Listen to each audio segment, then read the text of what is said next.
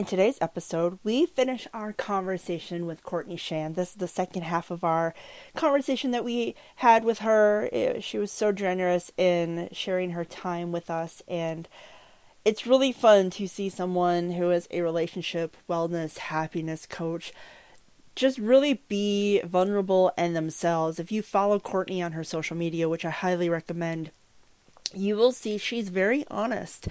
And I believe that's why she is seeing such success with her clients, because she is real, she is vulnerable, she is honest.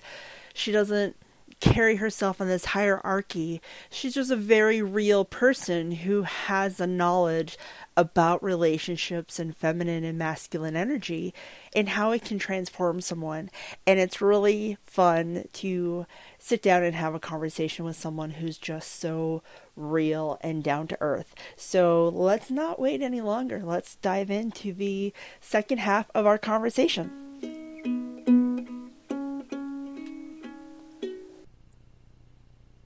Yeah. So. Oh, I love that. And I also love how you speak about, instead of staying with a man that doesn't meet her needs, she's able to see it and trust that she will be okay if she lets that connection go. That's empowering. That is so beautifully empowering. And I think so many women can relate, because we'd rather be with someone than we'd rather be alone. Because do you think that comes from not trusting ourselves? Oh, 100%. Yeah.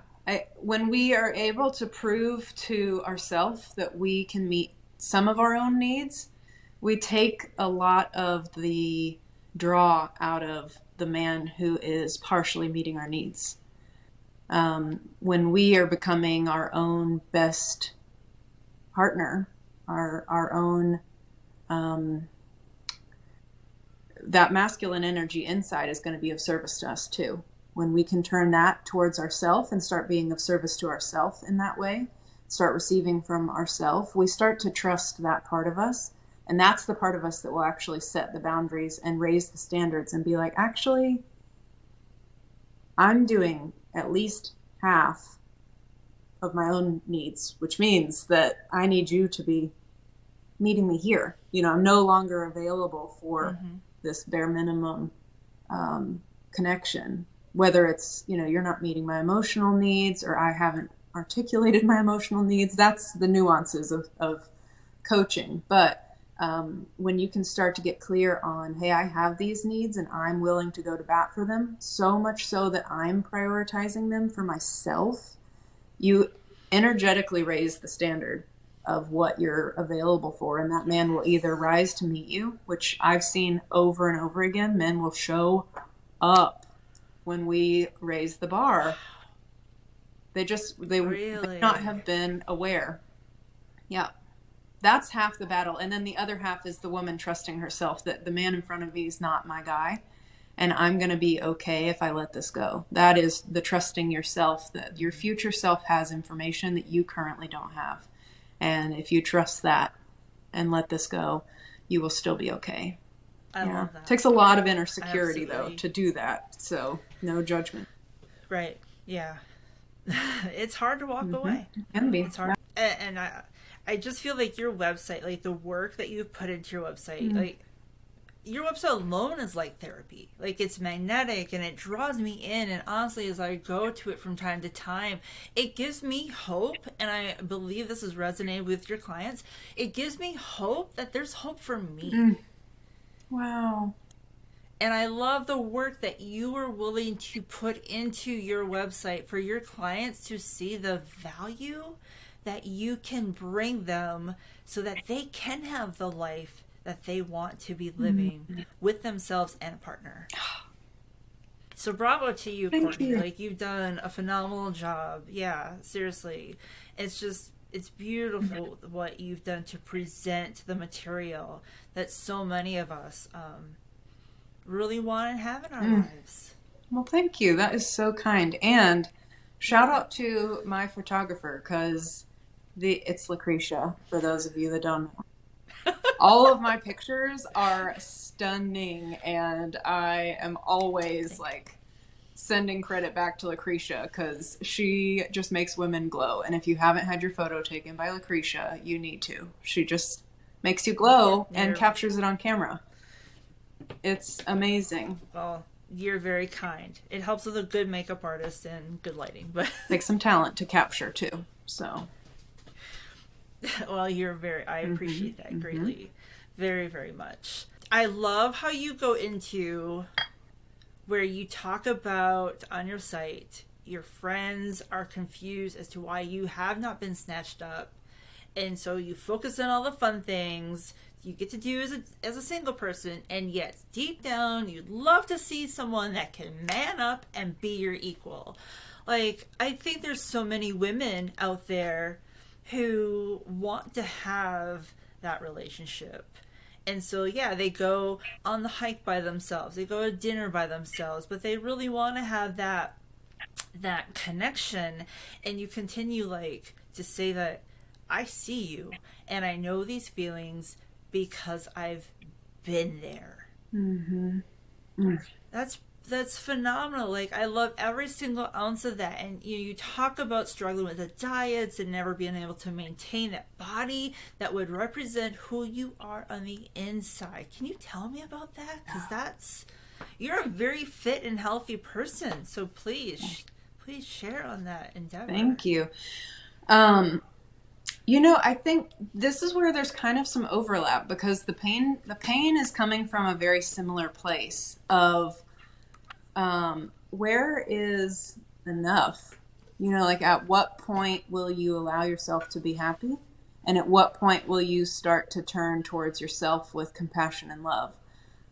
For the body image piece, in my teens, and even early 20s, not as much in my early 20s, but for sure in my teens, I was very all over the place in terms of dieting. My weight was up and down.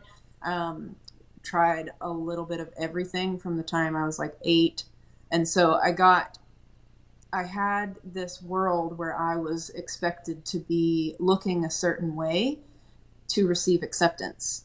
And it wasn't until I started working with people in my coaching job where I realized, like, oh, it's not about the number on the scale as much as it is about your insides don't feel like they match the outside.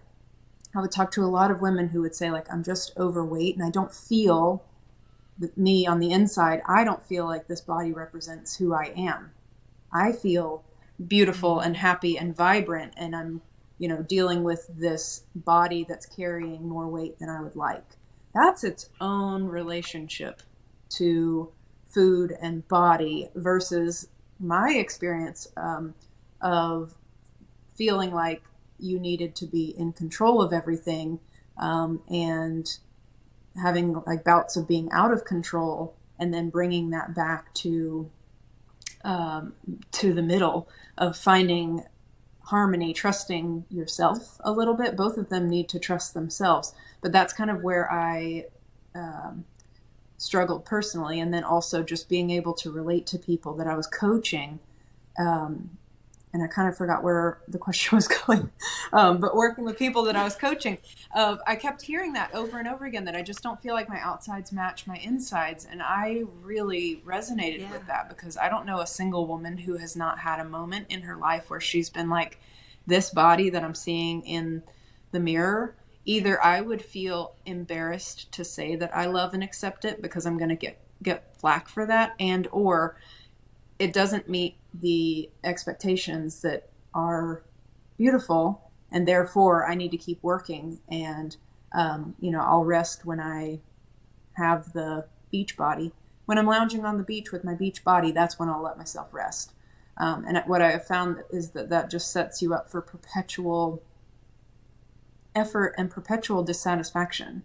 And the reality being that when you learn how to love the body that you're in, it naturally transforms, because you're going to be taking the care that it's needing to become that version of the body that would reflect you. Yeah, you also talk about leaving an interaction when it didn't feel good anymore. Can we go into that a little Yeah. bit? So I don't know if this was your experience, but I definitely had the experience, and I don't think that it was either of my parents. I don't know where exactly it came from. I think it was just absorbed, this cultural expectation that you're polite and that you're a very conscientious listener. You're there to listen and make the other person feel good. When in reality, if we can tune in even like 80% and give them 20% attention, if we can give most of the attention back to us, we'll realize, like, actually, this doesn't feel good anymore. I'm feeling exhausted. I'm feeling drained. Oh. You're taking more than you're giving. That's going to give you the awareness that you need to correct that imbalance. You can either speak up and talk more, or you can say, hey, actually, I'm going to step away and we can talk about this another time. But because we're so focused outward, I always explain to my clients, like, we're focused, we have these antennae going out, and what we need is the ability to turn inward as well. Like, a healthy adult is able to turn inward and focus on outside as well, simultaneously. And as children, we are focused outward. And for a lot of women, and men too, but a lot of us, we don't ever make that journey of being able to swivel. I just say it's kind of like we need to lubricate this joint here so that we can swivel back and forth and focus inward and outward. We don't want to be completely self-absorbed. That would be not healthy either, to just be aware of what's happening for me, because then I'm just constantly the victim or the narcissist. We've not fixed anything, but we do want a healthy amount of ability to turn inward and reflect and see, what am I needing right now? Do I have the emotional bandwidth to be with this person? Is this feeling good for me? Is this uplifting me, or is this bringing me down? And then operate from there. We can make some decisions to remove ourselves or ask for something else. I love that. Yeah. I love that. And you do talk about asking for things you wanted. And when you started to ask for things you wanted, the more that you asked, the more that you got. Like, you tell on that, because that's fantastic. Yeah. So one of the things, so I teach in masculine and feminine terms. The energetics, we all have masculine and feminine energy. The feminine is, the fuel for the feminine is desire. And I think this is undertaught for women specifically, because we live in such a masculinized paradigm of we work for things, we earn things. We work for things, we earn things. And it's not that that's necessarily bad, but for a woman's body, that does not align with how our physiology is set up. We have to receive things and then give things. That's kind of how our physiology is set up. And you'll see that all over the human system.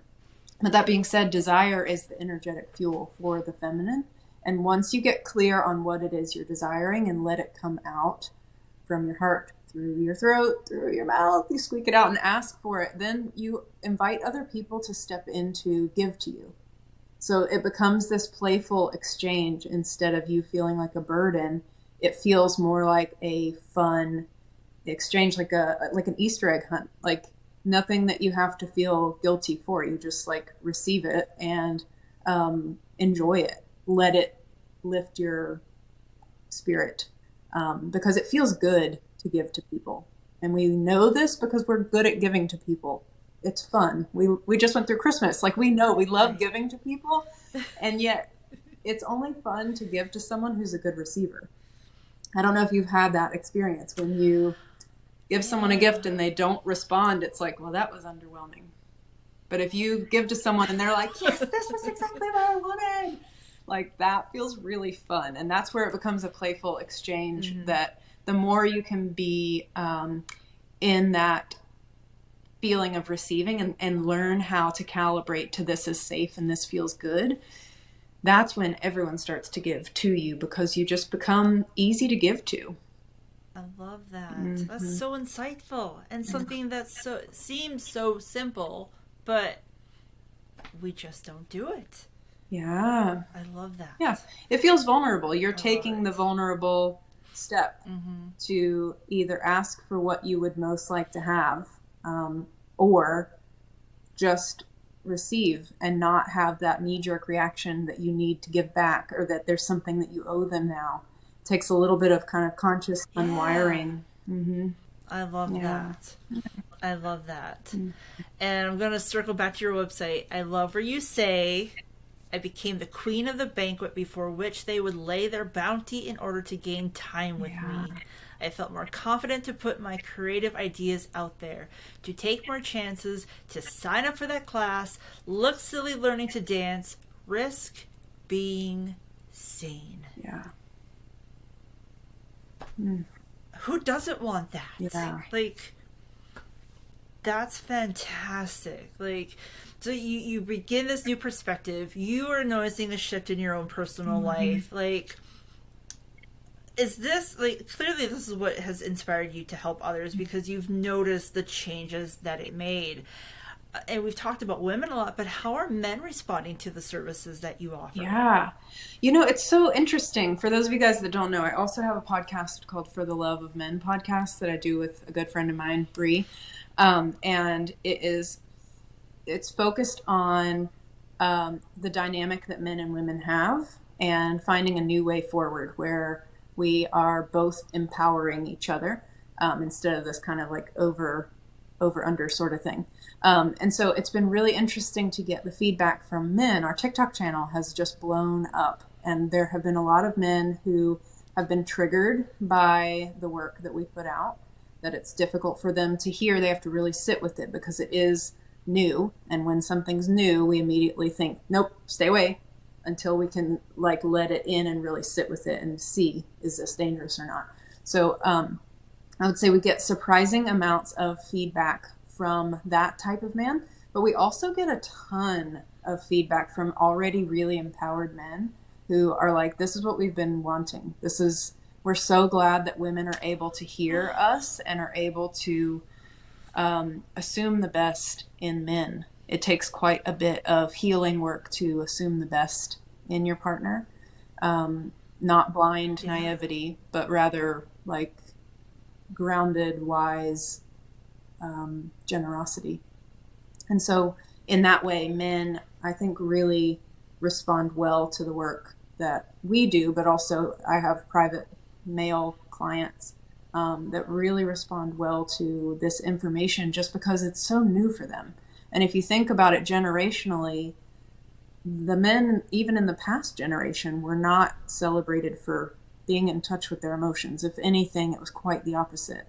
You shove it down, you get to work, you keep your nose to the grindstone. Like those are the way that men have built their lives, their empires. And so it makes sense that in this kind of transition to looking more inward or connecting and valuing more of the emotional or soft skills, that's a big paradigm shift for a lot of men. So I would say overall it's been very well received. And I can tell that there's a little bit of trigger around it for some men, which I don't take personally, but it is interesting to just have compassion for like, wow, this is a big shift for you. I get that. So it seems like they're being very open and welcoming to also being seen and heard. Mm-hmm. Yeah. Yeah. Yeah. And there have been quite a few comments that have just said like, I've never, finally women that get it. We're not trying to attack. And I think that's where it's so powerful to see from the lens that we do, that men aren't the enemy and women aren't the enemy. We both have healing to do, to see each other as not the enemy. Mm-hmm. Yeah. That's fantastic. Mm-hmm. So before we go into your business, a friend of mine, I want to get your opinion on this shirt that a friend of mine gave me. Do you think this is advised on wearing? What does it say? Not taken? Not taken. That's not cute. taken. That's cute. How do you feel when you wear it? I haven't worn it yet. A friend of mine gave it to me, and I was digging around for something, and I came across it. I'm like, oh, I need to ask hilarious. Courtney about this. I think I would feel embarrassed to wear it, actually. Okay. I think it would become a night shirt. So okay, then that's the answer. You know, it's amazing. A couple of years ago, I just started putting my clothes on based on how I felt when I was in them. Whether or not they're on trend, it's like, I feel good in this. All right, let's wear it. And that was such a game changer for me. So take that for what it's worth. I think we need to do more of that. Yeah, I think more people in general, because when I see people who do dress just like how you explained, I love how empowered and confident they are just walking down the sidewalk. Yeah. And I want to be like, teach me your ways. Yeah, yeah, yeah. And it's probably just as simple as what you just said. Like, dress how you feel that day. Like, who cares? Mm-hmm. We're around strangers, and if they're going to judge us, then they're going to judge us. Are we even going to know? Or is it, like, just squash the negative voices in our head and just embrace who we are? Exactly. So I have been curious. We haven't, the tiara hasn't made an appearance lately. Is it on hiatus? Da da da da.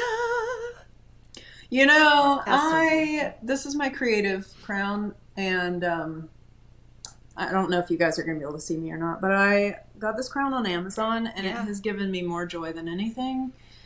Sometimes I just wear it around when I'm like, you know, curled up on the couch in my PJs and writing a post, or I was recording with it, and then TikTok was going crazy. It was so polarizing. It was hilarious. People loved it or they hated it. And I was like, I got it on Amazon. For those of you that want one, go get one. For those of you that don't like it, sorry. So, yeah, it's here. Still here.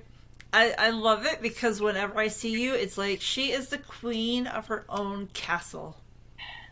Oh, what a good feeling. That's what I love when I see you wearing it. It makes me so happy, and I'm still searching for my ideal creative crown on Amazon, but mine will be making an appearance thanks to your inspiration. I love it. I love it.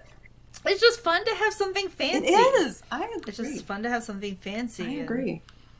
And why not? You can why not dress it up, dress it And down. speaking of fancy, yes, exactly. It goes with jeans and a t-shirt. It goes with a ball gown. Whatever you want to do. Mm-hmm. PJs. It's perfect. Exactly. It's a perfect accessory. Exactly.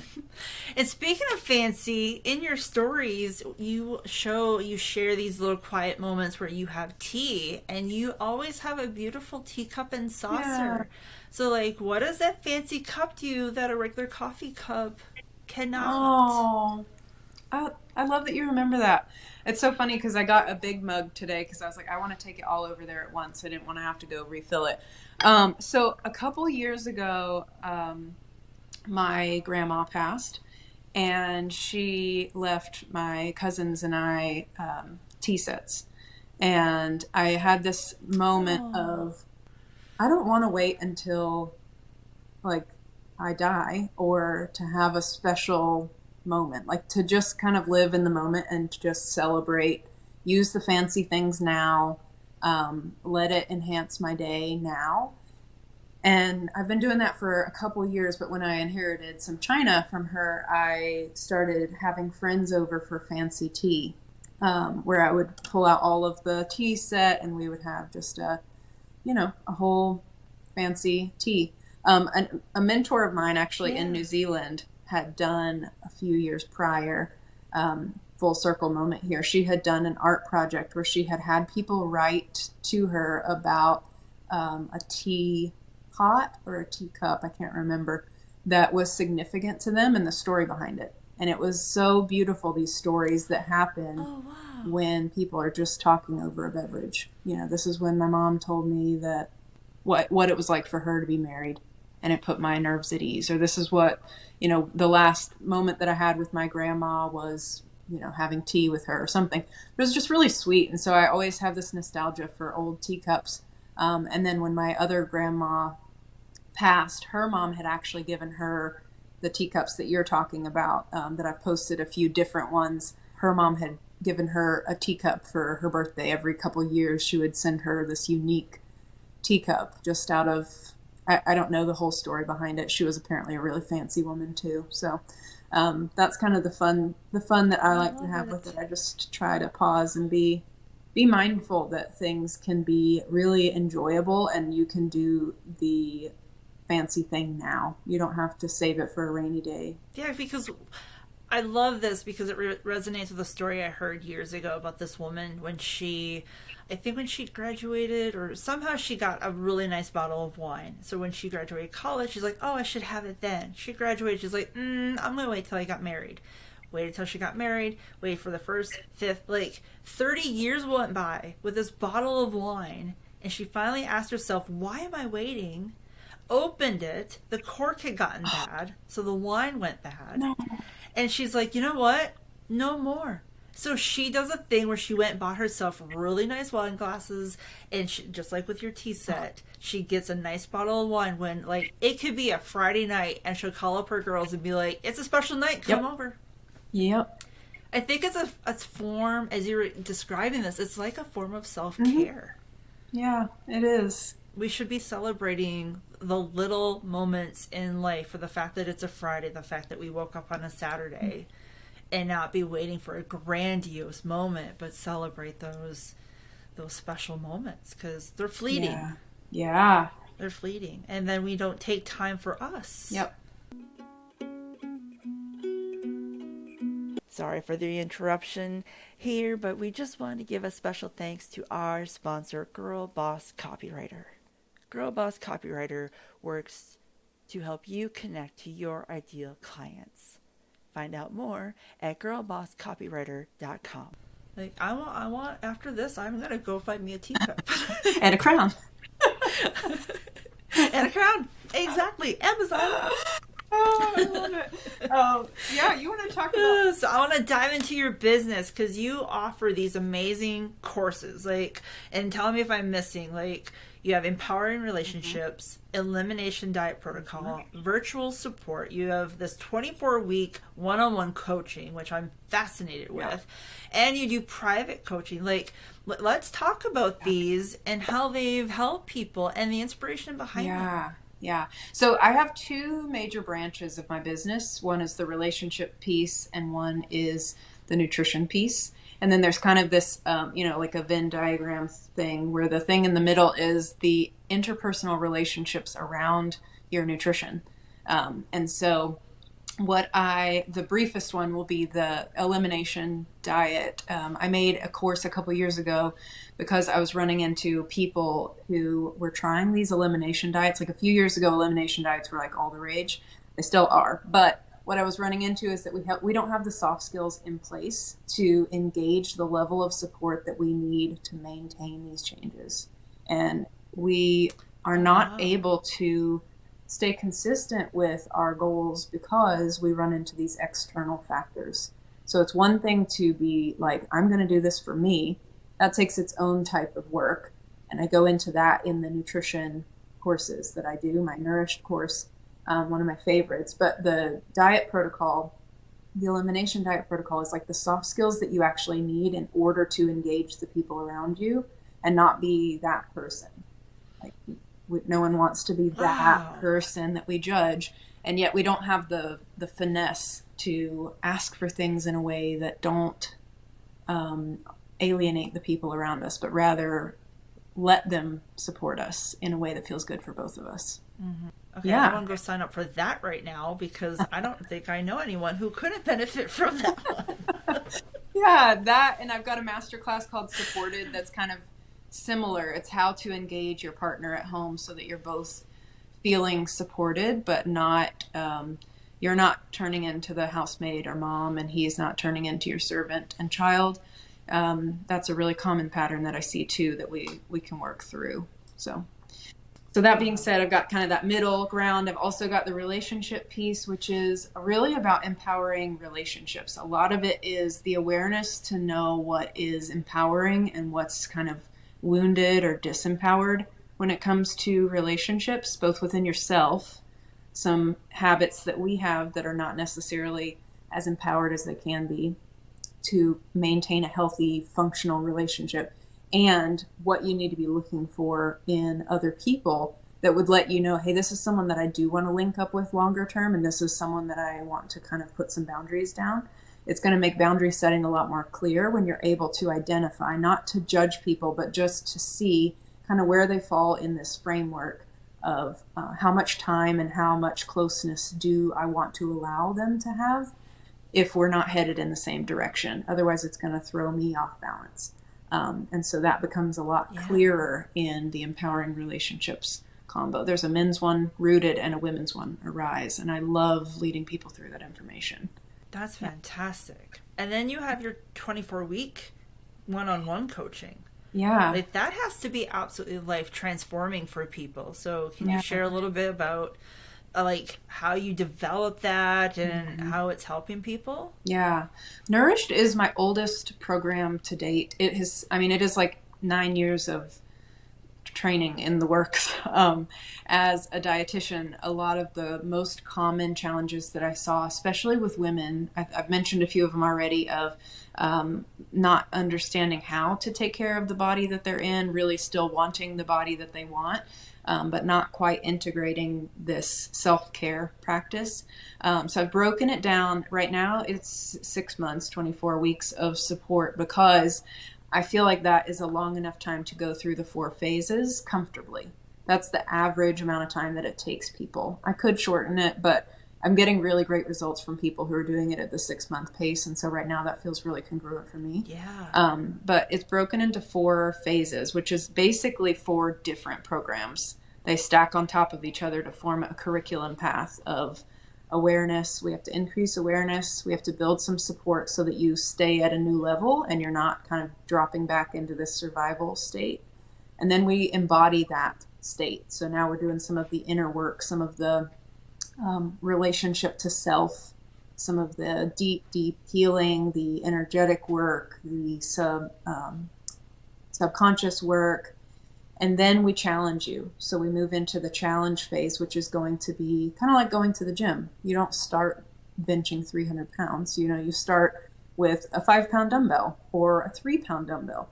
It's no shame on where you are. It's more challenging the relationship that you have to discipline, to accountability, to perseverance, to exercise. A lot of the things that my clients, particularly who have had their entire life up and down with weight, have some really common wounds. And so that program is set up to take care of the most common wounds that I've seen from coaching people in the weight loss space for 9 years. So it goes through the awareness, the structure, the embodiment, and the challenge. And each of those, we spend a good amount of time, both one-on-one, and most of it is pre-recorded content. Yeah. That's fantastic. Yeah. I love it. And I think it makes sense to have it be 6 months. I mean, you're going in to do a big transformation. We can't expect immediate results to make life-lasting changes in a program that's like 3 days.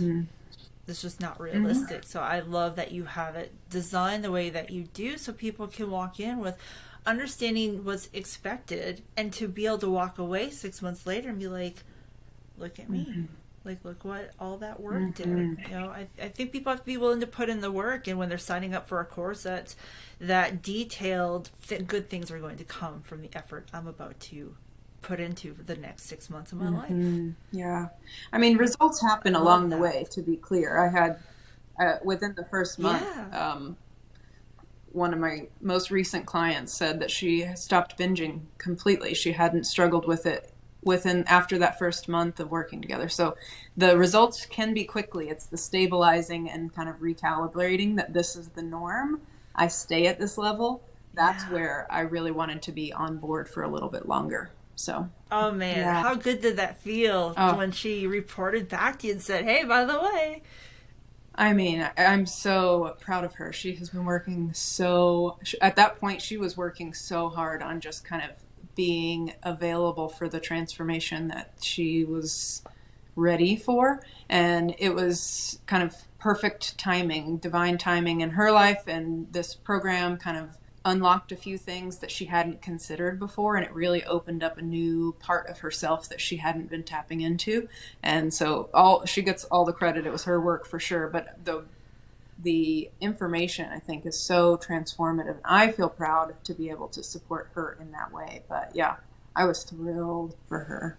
Yeah. And what else is amazing is you and Bree, you mentioned her before, you share so much beautiful information that's really valuable. It's very enlightening. It's delivered in a manner that makes it so easy to digest and listen. I love that you both have this calming aura. You keep it fun. Your sound effects are my favorite. You two are so dynamic together. Like, what inspired you and Bree to start your podcast For the Love of Men? I'm so glad you asked this. This is one of my favorite things to share.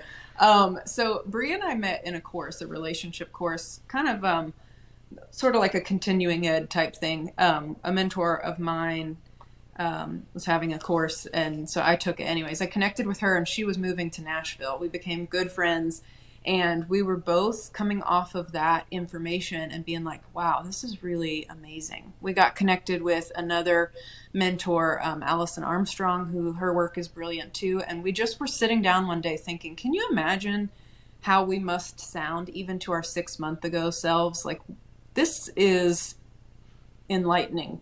We should just set up a microphone, just like to be a fly on the wall. And we joked about it for a few times, and we finally did it. We're like, okay, let's just do it. We had a couple outtakes that never made it to air, but then we did start releasing this content, and people had just rallied behind us. We started a TikTok channel, and it just blew up and went viral. And like I said, people really love it, and we have such a supportive community, and it's just been so fun to bring all of the information that she has. Her background is in as a business coach, and she does obviously the relationships that come up in business. I was the health side of things and the relationships that come up there. And so we have a really broad spectrum of background and knowledge. And then together, I think we just, because we're friends, we just play off each other. And she brings out my brilliance and I bring out her brilliance, and we just sort of ping pong back and forth. And it's just a fun show to listen to. So Really is. And if you haven't listened to it, please, please, please, after you're done listening to this episode, go fire it up, because it's one of my favorites that I look forward to. And there's several episodes I've re-listened to. It's, you guys really have a great energy and dynamic. So I love that you have this and you're sharing. I love that you just said, hey, we're going to turn this on and do it. And it turned into this fantastic podcast. Yeah. It was so wild. I could not have planned it that way. But one day we're like, let's just do it. And we did. And since then, we have such synergy in our vision of moving forward and the healing that the next generation can benefit from when we do our work. It's just really, something we're both very passionate about. I love that. Yeah. You two work really well together. So I love that you guys are on that little path. Yeah. Sharing your information, and it's fantastic. Yeah. It's really fun. Yeah, it's so much fun. You guys, and you can tell you two really are like besties, which makes it, I think, even more fun to listen to. Yeah. Yep. It's the best. So if there's someone out there feeling hurt or knocked down by life, they're longing for that romantic relationship, that we all dream about having, like, what advice can you share with that hurt soul? I would say keep going. You have so much to offer, and you aren't even aware of how other people experience your generosity. Because I imagine that you have such a big heart and have so much love to give. And the last thing that I would want is for you to withhold that love from the world. I think there's a lot of wisdom in discernment of where to send that open-hearted love. And yet I have found that for a lot of women, that's the minor shift, is when they start seeing and valuing what they are contributing in their generosity. They're more discerning of where it's going, and that feels really empowering for them. They start to receive some positive feedback in return and some reflection of their own value. And so I would say keep going, and that we need that huge heart that you have, and that you deserve the love that you're craving. This is why we need Courtney in our lives. Because you're right. It's true. That's beautiful. You're I love that so much. And I'm sure there's someone out there who's listening, knowing in their heart they need your help. like when they go to your website to get signed up, where would you recommend they begin to work with you? Mm-hmm. Like, is that like a message conversation, or is there a course that you're like, this is where you would be a good spot to get a start? Yeah. So right now there's a section on my website for to apply to work with me. I love hearing what you've tried before. And I think this is where and Bria and I talk about it all the time. Like the integrity of your coach is so important, and the relationship that you have with your coach or mentor or therapist or whoever is the healing. That is the ability to get the most out of it. And so I love to hear what people have tried and what you are looking for. And if I'm not the right person, I will definitely let you know and direct you in the right direction. But for most of the women who find anything on my website resonating with them, Arise is built for them. Arise is meant to help women empower that masculine energy so that they have that inner security, so that they can experience what it feels like to have their own back as they're opening their heart.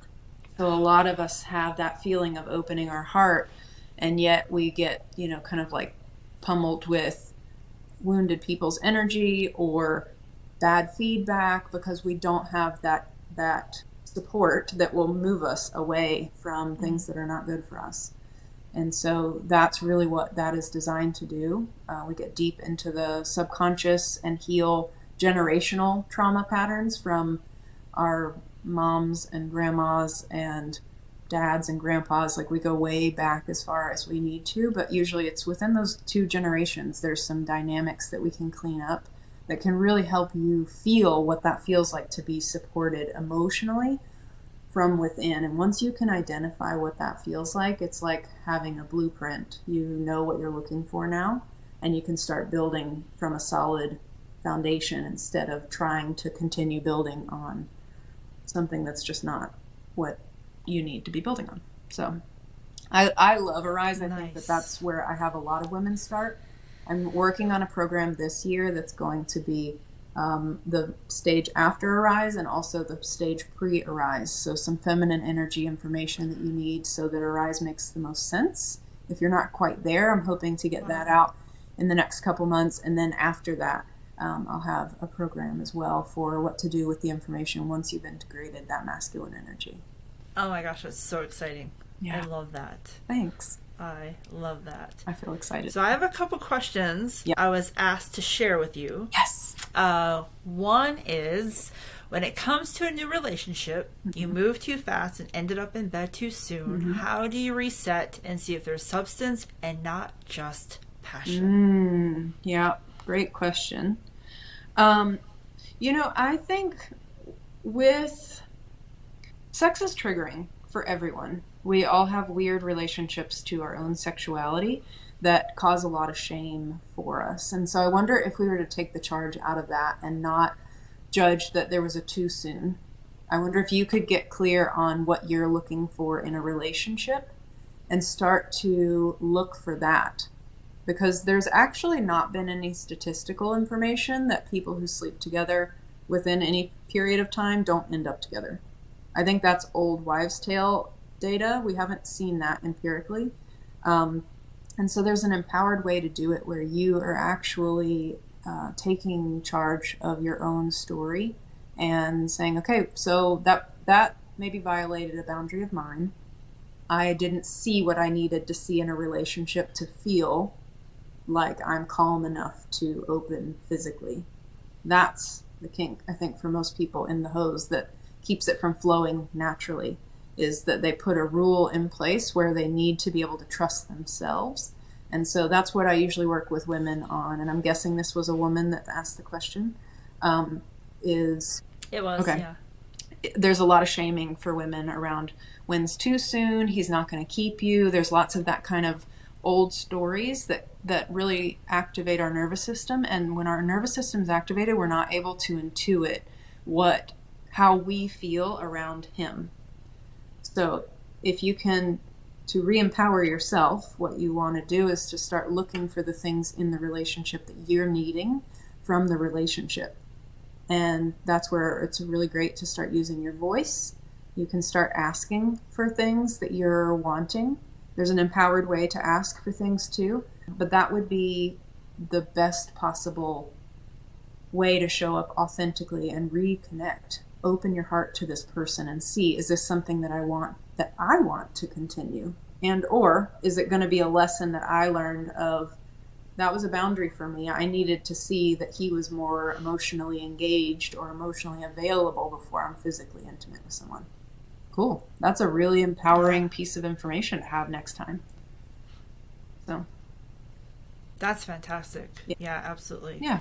I love all that. Yep. You didn't do anything wrong. I have one more. Yep. Yeah. And I think that's what happens. We think we did something wrong and then we beat ourselves up, and it's, like you're saying, we're not asking and we're not having the boundaries. Mm-hmm. Oh my gosh, you're so sweet. I love all of this. So I have one more question. Yep. When you've lived through a terminal illness and you and your partner of 5 years have grown at different paces, while being at the realization most things people feel falling in love or platonic and hormonal at best, we both know we could have chosen other people, but we choose each other every day because we love working towards our life together. Mm-hmm. So how does one reconnect with their partner? What a great question. Wow. So my thoughts on this are that long-term relationships are about discovering the other person long-term. You're never going to completely know the other person because we're always changing. And so growth isn't necessarily a bad thing, and it's not something that you need to be scared of. I find in my own experience that we tend to grow kind of like, I'll grow, they'll grow, I'll grow, they'll grow. And every time they grow, it inspires me to grow. And sometimes I surpass where they were, which means they now have to catch up. And so we're very rarely on the same exact level for very long if you're continuing to grow and expand as a person. So I think that's normal. I just want to normalize that part. The other part is to get really clear on like what you're needing from the relationship. Come to Jesus moments like a terminal illness can be a really great time to take inventory of what your values are and what you're wanting from the relationship. And the really hard part to reconnect is going to be honest with your partner about what you're wanting. And this goes back to asking in an empowered way, but also to let them know who you are now. Like if you were to assume that you're starting over, that may feel really scary because we have lots of history with people.